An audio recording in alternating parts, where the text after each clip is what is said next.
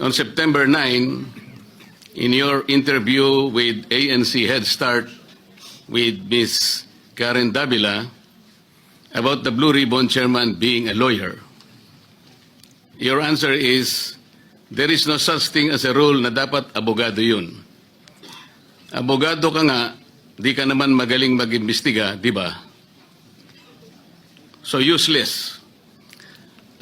Mr. President, I'd like to put on record, there was no inclination from this representation na meron man lang kaming sinabi na ang chairman ay dapat, chairman ng Blue Ribbon Committee ay dapat abogado.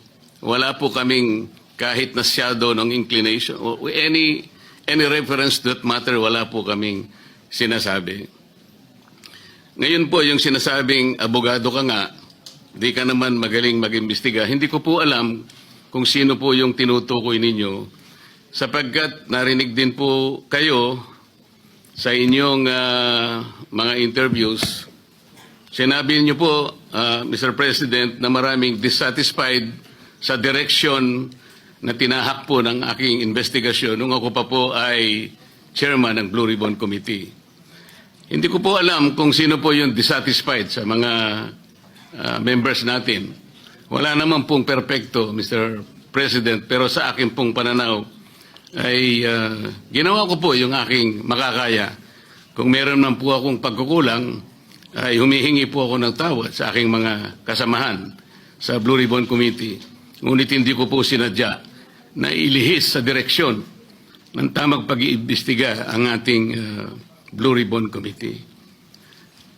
Noong September 10 po, 2025, ang programa pong Sa Totoo Lang, sa 1PH, nandun po yata si Job Francisco, Chicky Berhel, Cheryl Cosim. Ang sabi po ninyo, with reference to the affidavit of the Discayas, may suspetsa kami na inedit yung affidavit. Mr. President, ito po ay indirect affront to the integrity of this representation.